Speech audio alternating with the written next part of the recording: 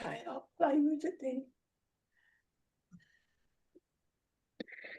All right, well, we may as well make a start then. Can't hear anything. First of all, I will just mute anyone that we have there. So welcome to our Act Local session today on how to attract, retain and celebrate volunteers and sponsors. So some of those topics there are no doubt ones that you've come across in your life when you have anything to do with a volunteer organisation. My name is Rory Murray. I'm the operations no lead idea. I've never used it before. At Town Team Movement. I have my colleague here, Patricia, and we are here to present this webinar, the third in the Act Local series. And today we're really, really lucky to have Kelly Howlett from Care for Hedland. And we were very excited to have her on board, but even more excited when she won the 2025, and Care for Hedland, I should say, won the 2025 Volunteer Organisation of the Year last week at the Volunteering WA Awards. So well done on that, Kelly. I'll just quickly go through some details. I notice in the names of the logged on, I can see a lot of you that have been along to these sessions before, and great to see so many of you coming back, and so welcome. We also have so a few details around the webinar. If you use the chat button that you should see on the toolbar, click that, and if you've got any questions throughout the chat, feel free to drop them in. Also, Kelly would like you to introduce yourself and perhaps what you'd like to get out of today's session, so feel free to type away and submit that, and we'll try and get some of those things answered. Now, so the Act Local program is brought to you by Town Team Movement.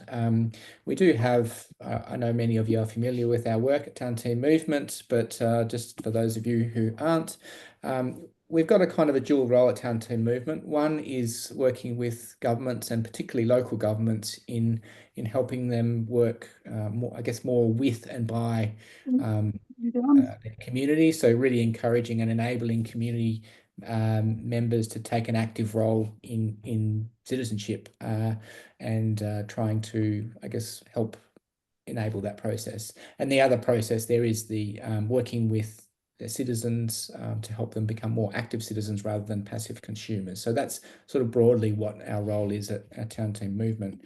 And we do this through supporting town teams. So now I think we've now got currently 176 active town teams around Western Australia, around the east coast of Australia as well. And I think we're also into New Zealand, United Kingdom, Poland, and more recently, United States. We've got a couple of teams that have joined us. So the movement's spreading around the world. We do some consulting services for various organisations like local governments and developers, etc. We work with our positive partners such as RAC, our principal partner, with Main Roads, with Road Safety Commission, with Department of Local Government, Sports and Cultural Industries, and numerous other very important partners, and they make a lot of this all happen. Last but not least of those is Department of Communities that have funded the Act Local program.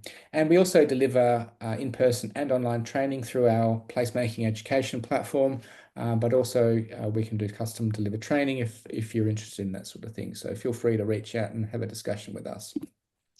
And the Act Local program, which is why we're here today, is all about supporting volunteers, and what we call volunteer involving organisations. And I can see numerous people that are here on the webinar that are from those types of organisations that look after, that they utilise the services of volunteers. So we're trying to bring everyone together.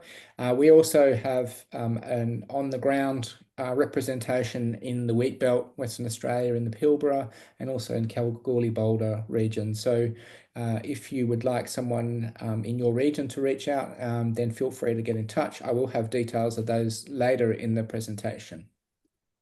All right, so I'll stop there for now, and I will start Kelly's presentation. So Kelly, perhaps you can introduce yourself while I get your presentation up and running. Thank you, Rory, and thank you, Patricia. My name's Kelly Howlett. I'm the Operations Manager of the Care for Hedland Environmental Association. We're based in Port Hedland in the Pilbara. I founded Care for Hedland in 2003. We started out as a collective of people interested in environment, interested in doing things within our community. We went on the journey of becoming an incorporated association, and now 22 years later, really leading and, at the forefront of local environment, conservation, sustainability activities in our communities. So today, and if we go to the next slide, please, Rory. Today, really just having a discussion and really just interested on just, providing information, examples, how we've sort of gone in terms of gaining local community support, attracting, retaining, celebrating volunteers, and the same, attracting, retaining, and celebrating sponsors. And I know that you'll all have examples as well. And if we get the opportunity, we'd love to have that. And as well, I just please in those comments in the chat box, please just say where you're from and what you're wanting to get from today. Because if we haven't got it in the slides, really keen to make sure that we're providing help, examples, guidance, things that we've done over the past 22 years that might help your organisations. Next slide, please. So the Care for Hedland Environmental Association, we're a community grassroots environment group. Our flagship program is our turtle monitoring program, which monitors flatback turtle activity from October through to February on 3 of our local beaches. But we probably fill that gap that in terms of in other places it might be local government or it might be a land care group. We actually do all the cleanup, Australia Day, WA Beach Cleanup Day, World Cleanup. We have stalls at every market, community event, anything that's happening. We spend a lot of time going into the schools, talking to schools and daycare centres around environment, conservation and sustainability. We have a community garden program. We do adopt a spot. We get a lot of volunteers through corporate volunteers. So we're active with all the different local businesses and industry around. If they want to do something with their employees, we can create activities that can help them make a difference. And we operate the refund point for Containers for Change in Port Hedland. So really for us, we have a membership of over 160 people from short term to long term, First Nations representation. Port Hedland is really multicultural, so different nationalities. For us, it's really what our members want to do. We try to deliver on the ground and help them. And our aim at Care for Hedland is connecting people to the environment. And I'm sure you would join with us that a lot of people, in the past we had family that had a farm or a station and we'd have that connection to country, to land.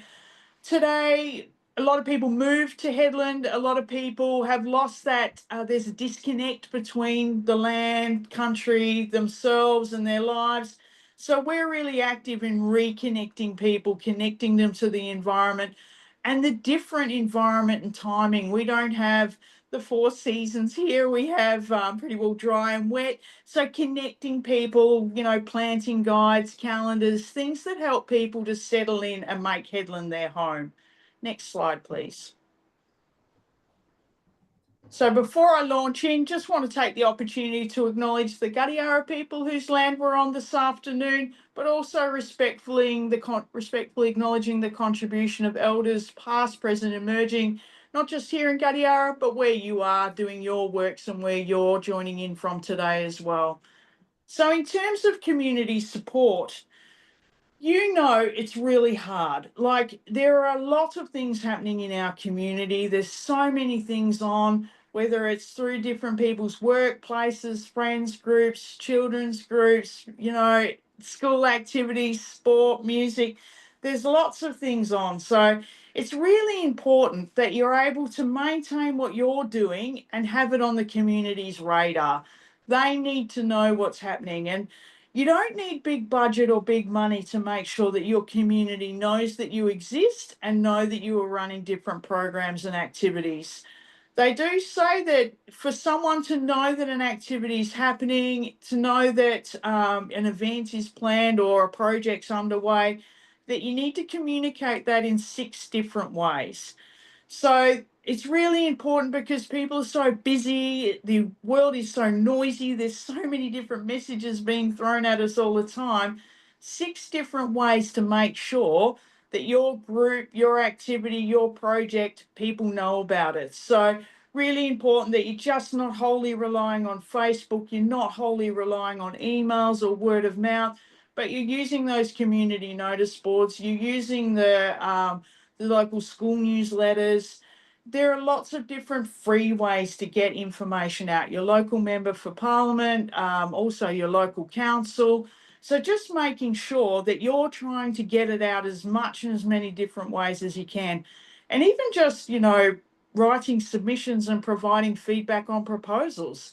You're from the bloody blah group. This is our view. We support it, we don't support it. These are some of the things that we'd like you to consider. Really important to just keep getting your group, your activity, your initiative out there so that people know. Next slide, please. So in terms of gaining volunteers and attracting volunteers, it's really important that we let new volunteers participate. I know that we've all got to do everything in terms of work health safety. It's really important that if we're collecting data, like for us with the turtle monitoring program, you want to maintain the integrity of your data and maintain the integrity of the data set and what you're doing, but you can always buddy people up. So it's really important if you're doing something, someone could walk alongside you and do it together with you. So making sure that you're letting people new, even if they're just there for a short time. For us, it's really important that if someone wants to do something, and even if it's just for an hour in a morning, they want to come and do turtle monitoring. Yes, turtle monitoring takes more than 1 hour, but if that's all they can give, you'd rather have them be involved than turn them away. So facilitating any way, if they can just walk alongside yourself, if they can do something so then they're still being a part of it, then they become an ambassador for sea turtles or whatever the activity that you're doing. So try and facilitate it that people are able to take part. There's lots of different ways that you can promote volunteer activities, and obviously through the town team movement and Act Local, but Act Belong Commit, even Seek, Volunteering WA. There's lots of ways, each have different notice boards and ways of being able to attract different volunteers. Even just having open days and information nights or days or opportunities, having a sundowner, just letting people come, meet other people.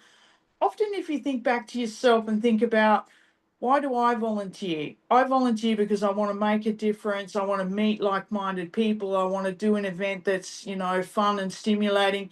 If you can break down that barrier of people being alienated, not knowing anyone, being shy, being able to have a social setting or come together, it could even just be a coffee session of coming together, finding out about the activity and how they can be involved. That really breaks down that barrier and helps people to get involved. And I think it's, whatever you can do, whether it's just buddying up with that, that key volunteer that you have, or making sure that you're, facilitating people being able to involve, giving them a lift, making sure that they've got the uniform or the PPE or just even a bottle of water and a hat, making sure they can participate.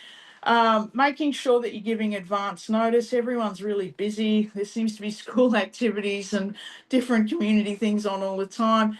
Trying where you can to avoid popular local events and clashes. And I know that is a challenge, and especially in the busy time of year up north, but just trying to work in with other groups and trying to make sure that you're being mindful of other events occurring and scheduling your event.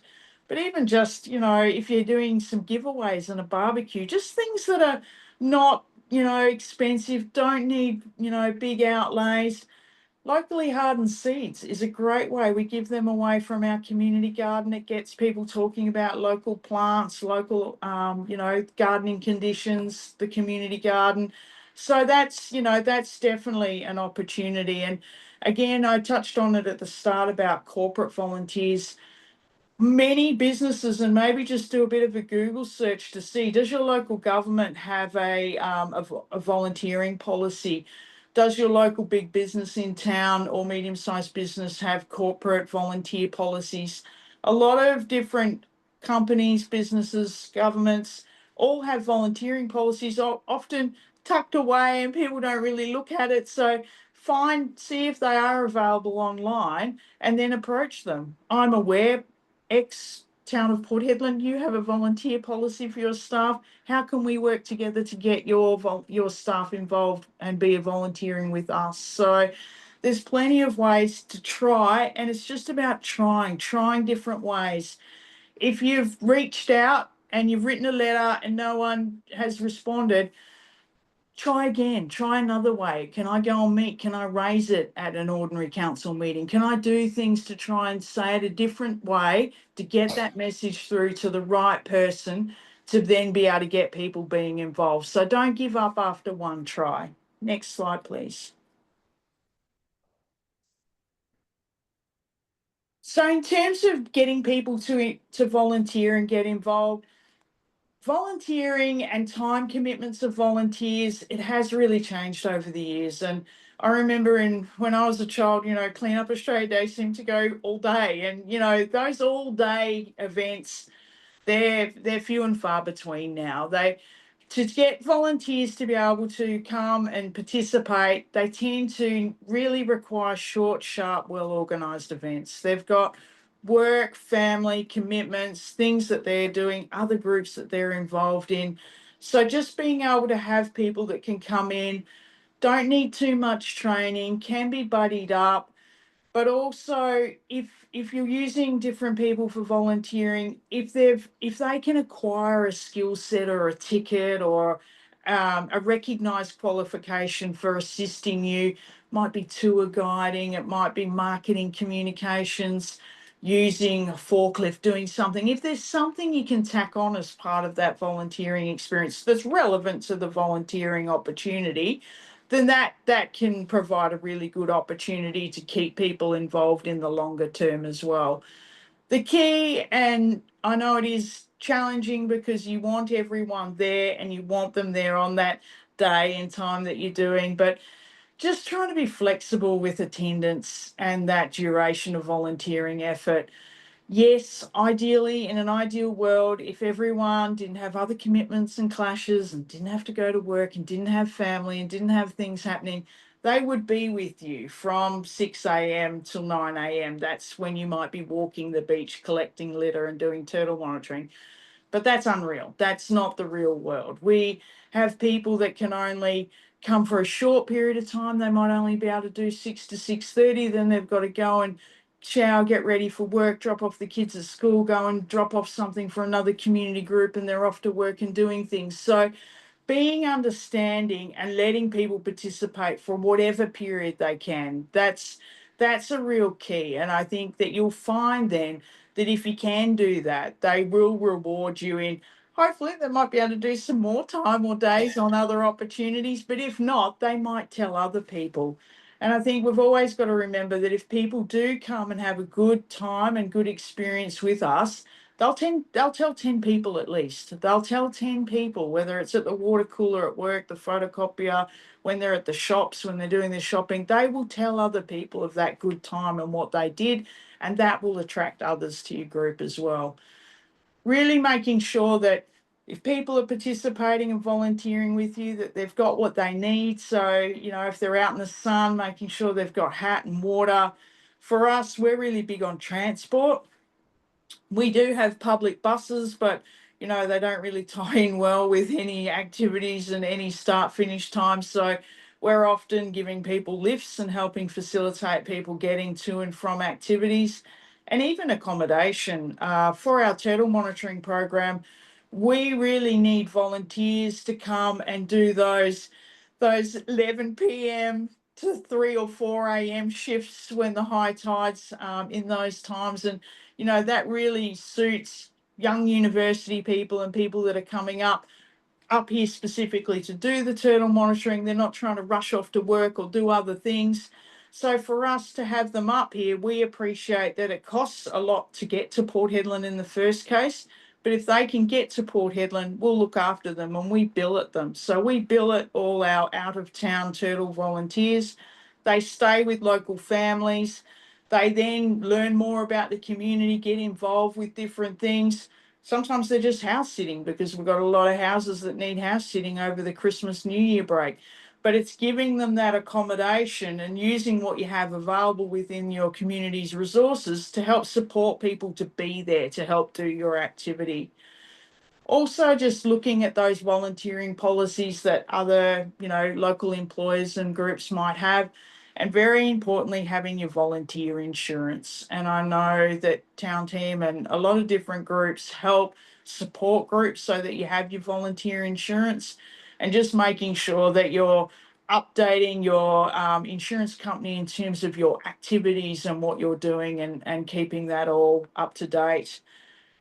At this stage, then, in terms of volunteering and people being involved and getting your initiative out, are there any questions or queries or anything anyone would like to share of where they might be doing something similar?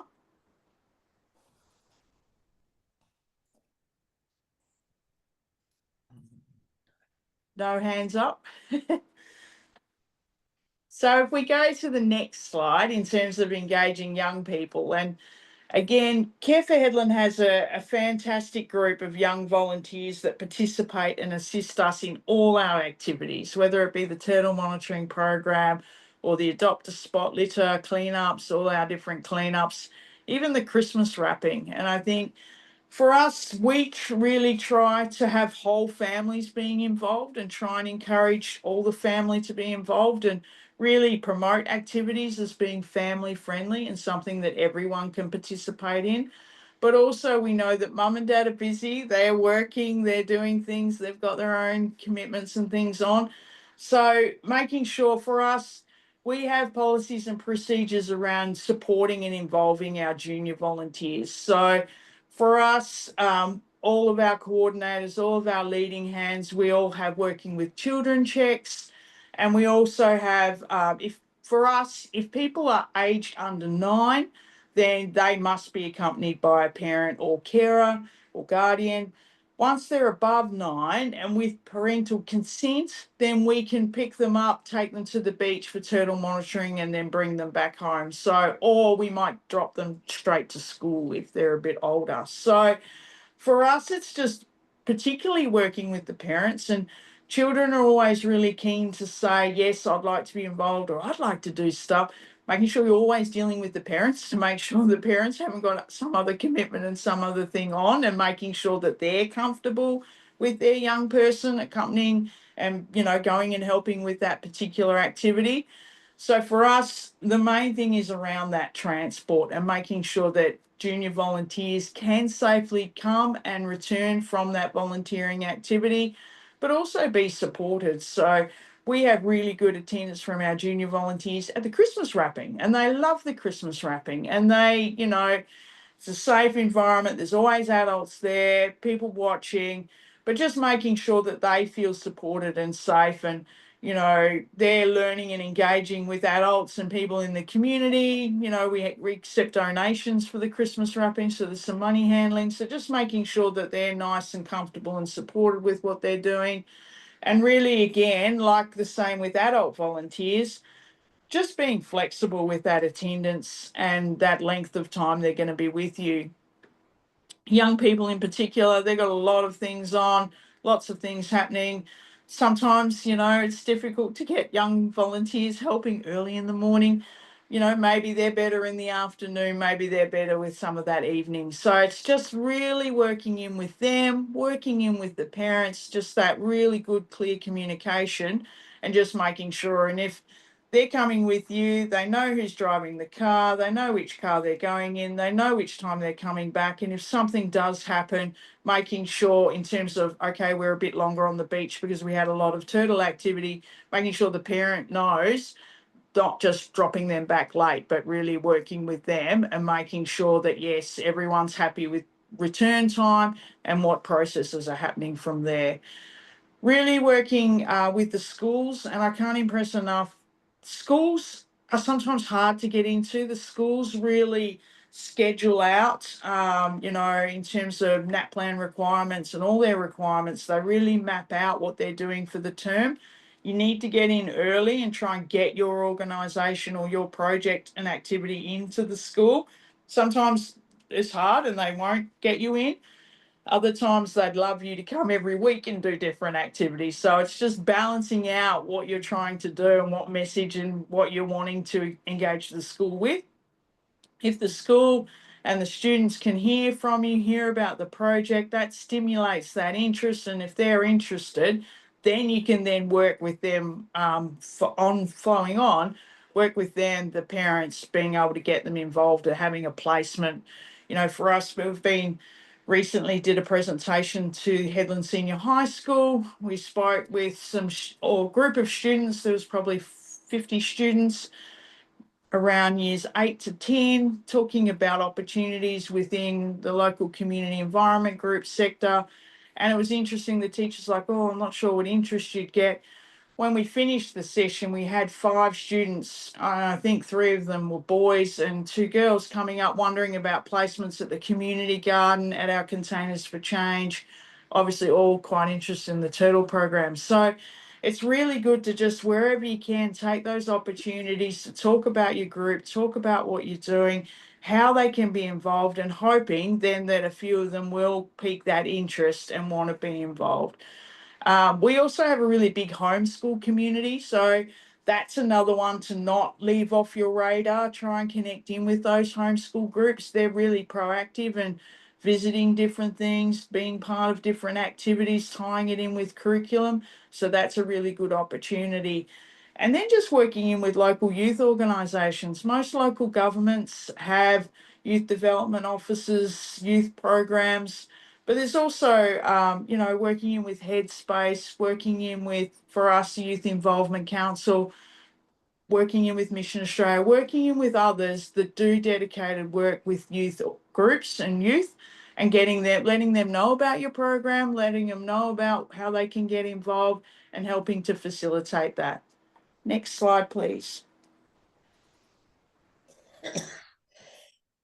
So in terms of retaining volunteers, and I think we sort of touched on that before when we were talking about, thinking about yourself, thinking about how you volunteer, what you want to achieve from volunteering, what makes you go back.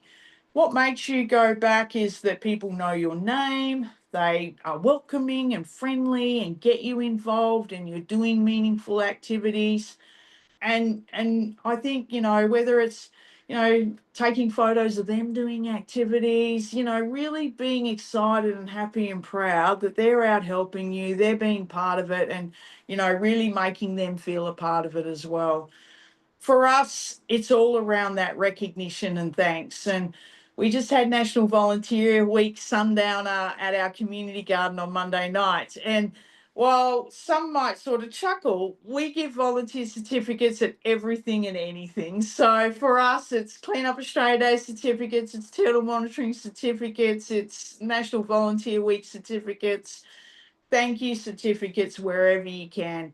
They're not hard to print and do, but people do take them. They do take photos. They're up on social media. People do like them. Important in terms of volunteers is just that regular communication, those emails and updates.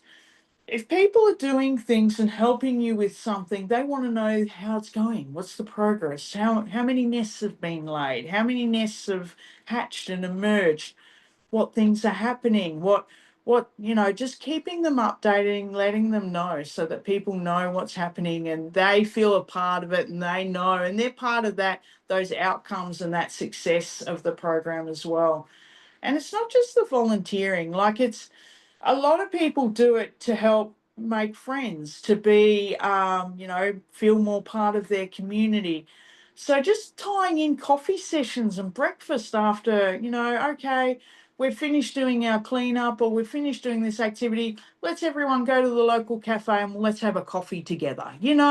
It's helping foster some of that other stuff that helps people and endears them to your program and what you're doing, endears them to other people that are doing stuff with you, and just helps, that whole act, belong, commit, being part of it, those friendships.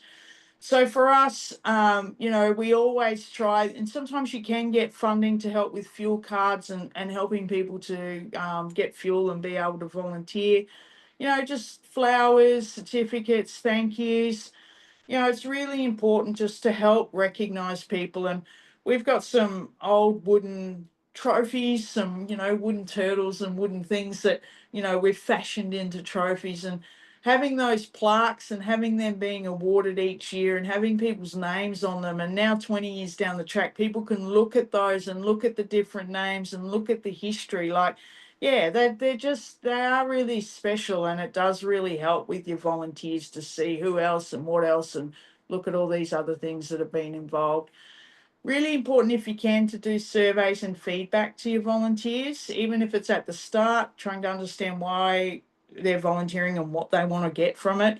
And then importantly at the end, how did they find it? And is there anything that we can improve?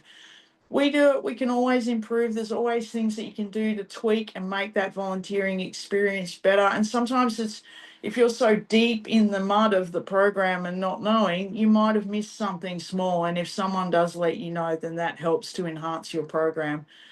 Try really hard to avoid volunteer burnout. And I know it is really hard. We all have passionate volunteers. We all have people who really want to do it every day and really get down there. And even, if they're unwell or injured or things are happening. So just make sure that you're really talking with your volunteers and really making sure that they are okay and they're okay to be doing what you're doing. And just, really try to help them sometimes not harm and hurt themselves by burning out. So that's definitely one, I know we all have to grapple with. Next slide, please. So that really wraps out around our volunteering. And now just if we go on to funding, Care for Hedland's a community environment group, so it's really important that we have our memberships. We've, since 2003, our membership has stayed the same. It's really just about being part of it. It's $25 for singles, $40 for families. We have no intention of changing that, but we just try and make it so it's readily accessible and everyone can have their membership and be a part of it. That's what we really encourage, making sure people renew their memberships, making sure people that continue to be a part of it. And then also really encouraging donations if you can. And, people are already donating their time. They might want to consider making financial contributions as well. So really just putting it out there in terms of your program, your work, what you're doing. Seeking external funds and support. It's letting other businesses, large and small, know what you're doing. And it's not just the traditional groups that might, most communities have a larger employer in town or a larger industry in town. Yes, definitely, by all means, hit them up. But there's all the other little ones. The local newsagent might want to supply the nice card for the certificates. For us, a local real estate agent leads the Great Gardens competition. They love people looking after their house and house prices, and, gardening and looking after, is a good one to tie in. So sometimes it's not having that direct tie in, it's thinking about businesses outside the square and how they might wish to be involved and support your activities. Just knowing and being mindful that there's so many worthy causes in our community and so many requests and donations, asking for people to help. So just being mindful of that and just making sure that, you're not all just going to that one supermarket or one bakery, but you're trying to, approach others and get others involved as well.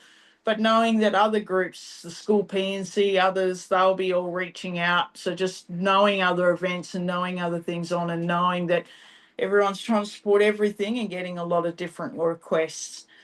Obviously, with your project partners, and even if people are providing financial support, maybe even ask, is there other support that you can do? Can you have a stall at our event? Can you have a person who's going to be a speaker at our event or present the plaques or certificates? Or can some people from your workplace help with the event setup or pack up?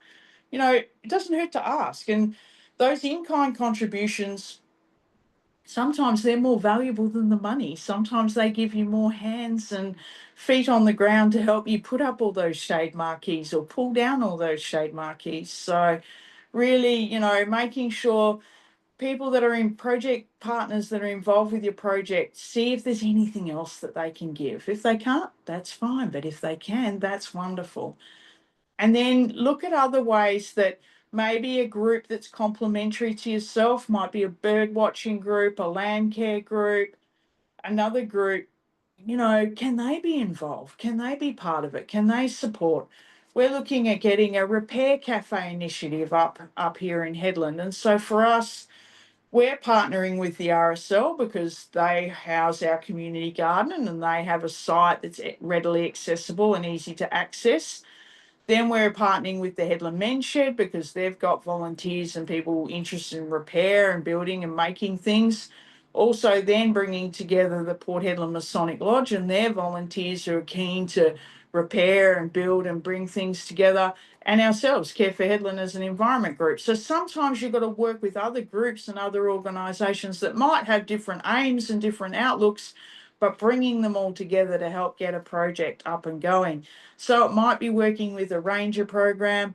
It might be working with CDP employment pathway providers and helping job seekers into work and using those employment incentives. But just really that in-kind support. I think sometimes that in-kind support is more valuable than money. So never downplay that value of in-kind support.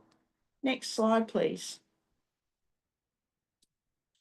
In terms of fundraising, fundraising is fantastic, and it's a great way to make a little bit on the side as part of the project. And whether it's running a raffle, and it might be just for that day, or else make sure you look at the permitting approvals required for running longer term raffles. Could be, gold coin donation to come to the sundowner or for the refreshments that are offered.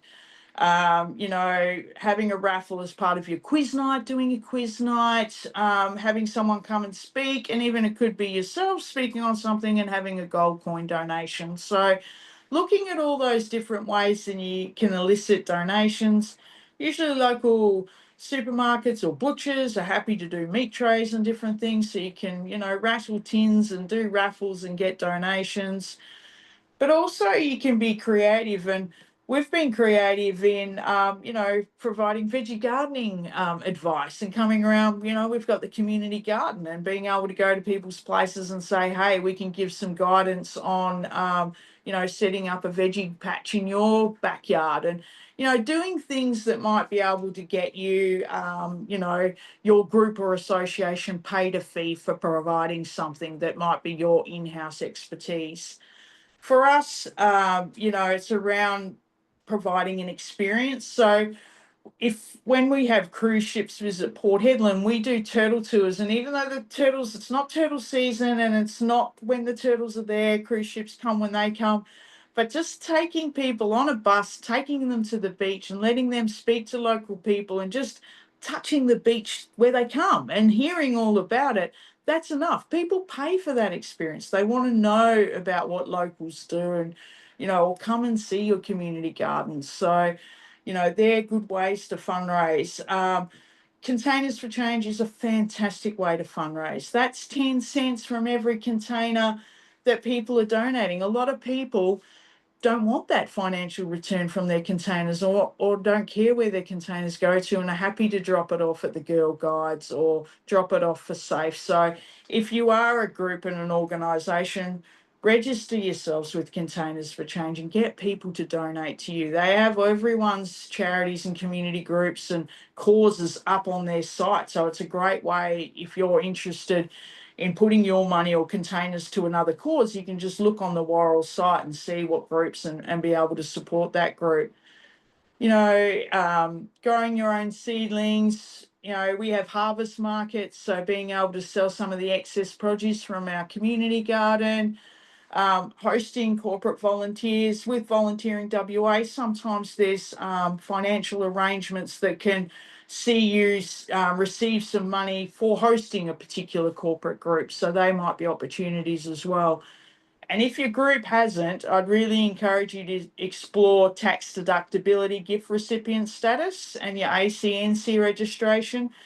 Being a tax deductible gift recipient organisation just helps so much. I know it is a challenge to work through the paperwork and what you need to do, but happy to provide guidance. And it is so well worth the effort, because then any donation that is a dedicated donation, $2 and above, you can issue a certificate for. People can have that recognised at tax time. And it just does make a difference. And it makes a difference even for yourself if you're making financial contributions. So, all of us volunteers, we all do volunteer time. We buy things, we give money, we do stuff. It's a good way. So I really encourage that for your group. Next slide, please. Sponsorships are really important, particularly for groups, programs, activities. And thinking outside the square, think of what you can offer and what doesn't cost much, but can make them feel special. And sponsorship can be financial, it can be money, and you can have a different tier in terms of, are they a diamond sponsor, are they a silver sponsor or a bronze sponsor, or is it in kind? For us, litter cleanups and skip bins go hand in hand. And if I don't have those $600 skip bins, it makes it a real challenge. So to have someone donate those skip bins is worth, that's a silver sponsorship. So always putting it out there in terms of what you can do in terms of tiers and getting different amounts and people being in, and businesses and organisations being involved and supporting your program or your project or activity. But always put a custom sponsorship option. You never know. The local signwriting place might want to do some core flute banners for you to help promote your event that you can put up on the local fence, or they might want to do a radio advert or do something that you hadn't even thought of. So it's always good to just put it out there and say, hey, we'd love you to get involved. We'd love you to provide support. What can you do for us? We've got this on. Very important, make sure you deliver on what was promised to your sponsor. And for us, that's a really big thing for us. Volunteer recognition and delivering what was promised is essential. For us, we joke and say that if you become a partner with us, you're a partner for life. And yes, they will be a partner for life if you do what you say you're going to do. So make sure that you do. If they're going to be involved in the tree planting day, if they're going to present an award, if they're going to do something, or their logo is going to be on an advert, it needs to happen. Now, things happen, and the newspaper might forget to run your advert or something happens. Just explain it. Just fess up straight away, explain it, and this is what I'm going to do to help make up for that. I'm going to do a special print run of posters and hand it to the schools, and I'm going to make sure everyone knows that you were part of it. Things go wrong and things don't happen as planned all the time, but it's coming up with different creative ways to get it out there and letting them know that, look, sorry, I was well intentioned. I had everything booked, but this happened. Okay, this is what I'm going to do to make up for that. Next slide, please. And so wherever you can, it's really that letting them know and acknowledge to everyone and anyone they were a part of it. And so for us, it's exactly like volunteers. Acknowledging them, get those photos, get those selfies, go and do that site visit, get them to come and be a part of an activity, come to a school talk, give them a certificate, put logos on website, mentions in your media, everything that you can possibly can. If you're mentioning yourself as an organisation, you can mention them as well. So making sure there is a way that they, feel really special. Everyone knows that they've been a part of it and they've contributed and they feel really special. For me, I love those plaques, and you'll see those gold plaques there. Those plaques, I get them from a local provider. They cost me $80. $80 plaques. But those $80 plaques help keep our organisation with $1 million in terms of our funding and our support and what comes in. And they love those plaques. Those plaques, they look gorgeous. They've got beautiful engraving on them. They go up in the local council building. They're in that display cabinet. They go off with them. They take them to Perth or their site office.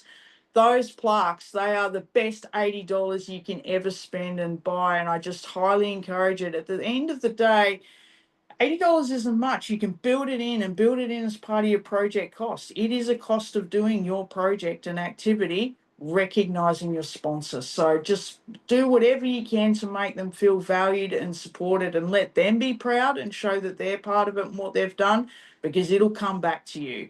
For us, we've just signed a long-term partnership with our principal partner. We're now going into years 19 and 20. That is really, really unique for a grassroots community group, but it just shows that you can have those long-term relationships if you recognize them and make sure they know they were a part of it, they were special, and your whole community knows that they were a part of it. So those $80 plus plaques are well worth it. Next slide, please. So in terms of, we've covered a lot and probably spoken a bit quickly, but I know I'm running a little bit out of time. Look, we've covered around getting community support, having your community know about your group, your project, your activity, how to get volunteers, try to attract volunteers, how to retain them, recognize them. Same with sponsors, how to get them, retain them. It's all ongoing. Like, these are things, there's no, once you've done it once, you've got them on forever. You've got to keep doing each of these things, keep looking at other ways, keep getting it out there. Start small and just start what you can do and what you have got.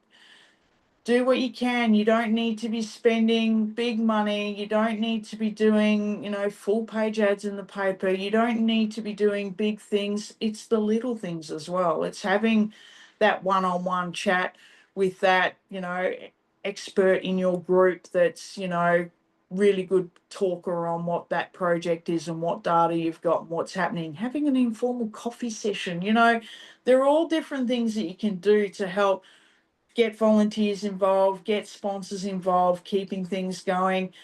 But I just want to let you know as well that it's normal to have fluctuations. We've been going for 22 years, and sometimes things are high and things are good, and everyone knows everything Care for Headland's doing, and we feel like we're doing everything in the community. Other times it is quiet and we haven't got as many volunteers and you haven't got as much stuff happening on the ground. And the same with your funding and sponsorship. Sometimes things are a bit lean and sometimes things are really good. And sometimes a sponsor will come through the day before your big event. Things happen, it happens. So it is normal to have that. So try not to stress about it and try to make sure that you've got that good support group and network, your committee, your board, your people around you to help vent and talk. And but it's all normal. These are the normal challenges of running a community group, project or program. Always just keep learning, keep getting feedback, keep doing feedback surveys. We put $200 gift cards to our feedback surveys. Again, build it into the cost of the project, but it makes people respond. And for us, we did a $250 gift card, just one, for our Hedland Repair Cafe initiative, and we got 96 people respond. We've never had that many people respond. And it could be, cost of living, times are tough, people wanting that 250, but we value their input and value their time to give us that feedback. So try and be creative. See if someone can donate you something. It might be the local butcher, that's going to be the giveaway for providing feedback or doing something to get other ideas, feedback to fine tune your project. Just always welcome new people. It's really important. Groups that continue and programs that continue for long periods of time, and for us it's over 2 decades, it's because we're really friendly and welcoming of new people. You must have new blood, you must have new people come in and be involved. Yes, they'll do it differently and things will be done in maybe a different way, but you've got to have that new people coming in. You've got to involve your sponsors. You've got to get them involved, let them know, give them opportunities. If they don't take it up, that's fine, but give them opportunities so they can be involved. Look at new ways of doing things, including technology.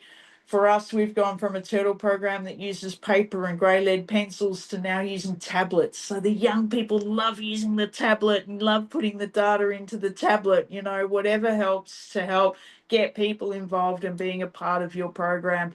But just knowing you can always improve, you can always do things better. There's always something that you mightn't have thought about, mightn't have, considered, but someone outside can give you that idea.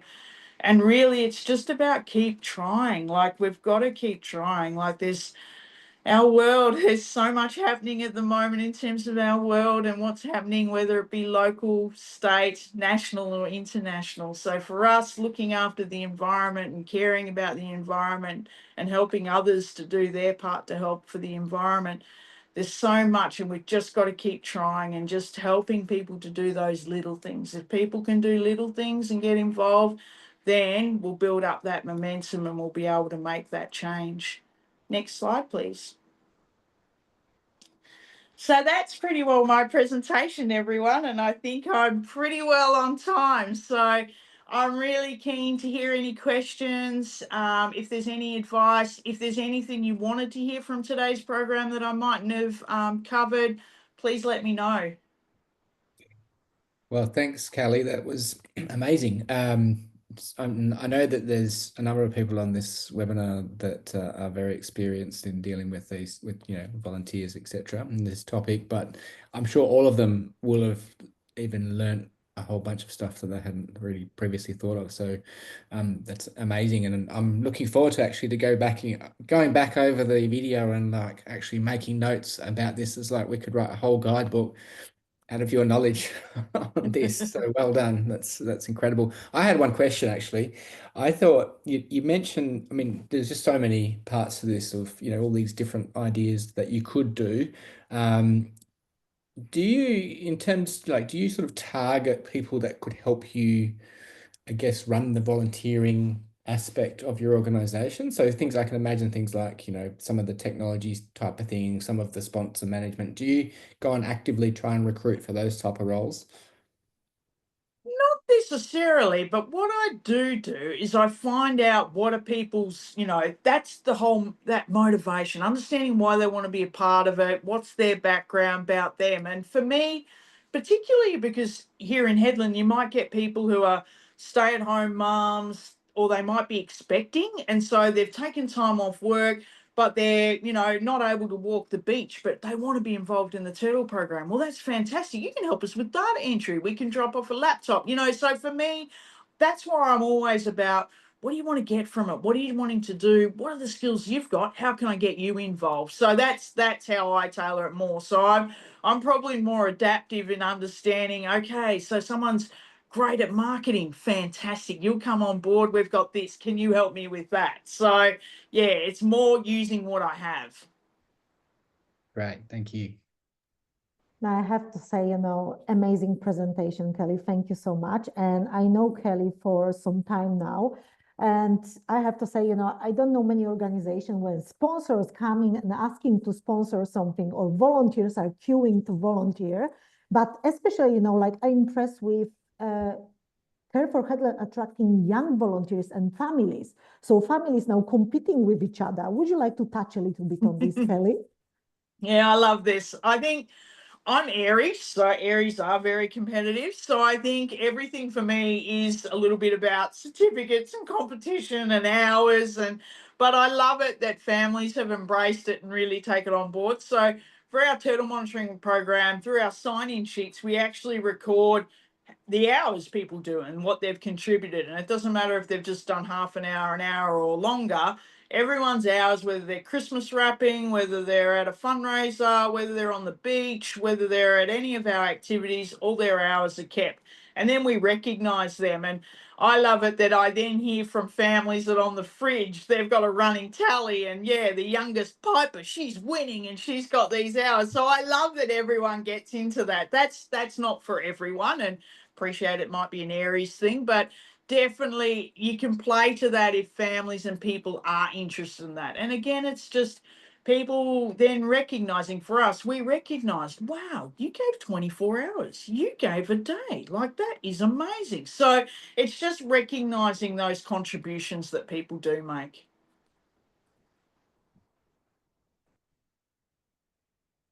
Amazing, thank you. We have a question from Peter. Do you have any additional advice on attracting those volunteers who will do the planning, do the organizing, to seek sponsorship, and to thank other volunteers who turn up?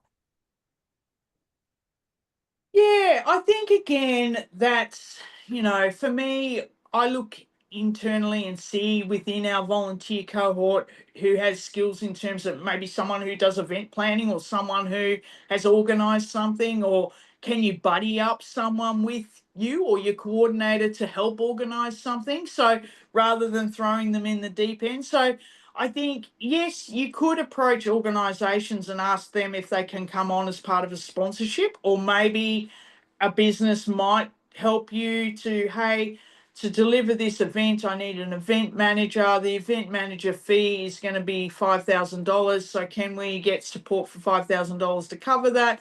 So there are different ways that you can do it. But I think if there are ways that you can help volunteers, and don't just have one poor person do it, make sure you've got like 4 or 6 people giving them different parts of it so that they're organizing it, and you're not overwhelming and burdening one person, but then helping to pull it together. Or just, for us at our show day, we needed a production company to help do the sound, the audio, the video. We knew that was going to be, nearly $9,000. So you just have to look at all your grants, approach your sponsors, approach businesses. I need $9,000 because it's going to do this, this, and this. So yeah, there's different ways that you can do it. There's not one solution for it, but looking at what you have internally within your group and volunteers and how you can support and mentor, and then going out to others if you can't do it yourself and must pay others to do it. Fantastic. All right. Well, thanks so much, Kelly. And I guess I'll put the feedback QR code there about the session. I promised earlier I'd give you some contact details for anyone in the regions, in the Wheat Belt, in the Pilbara, or in Kalgoorlie Boulder that would like to get in touch with their local ACT Local person. But the contact details are there. All of this presentation is being recorded and will be available hopefully in the next day or so on our ACT Local website. But once again, I would just like to thank so much Kelly for her time today and her preparing the session and for sharing all her incredible knowledge with us. So thanks, Kelly, and thanks to all of you for coming along today. Any last questions before we finish? Thank you, everyone. Thank you so much, Kelly. Thank you, everyone. Thank you. Thanks.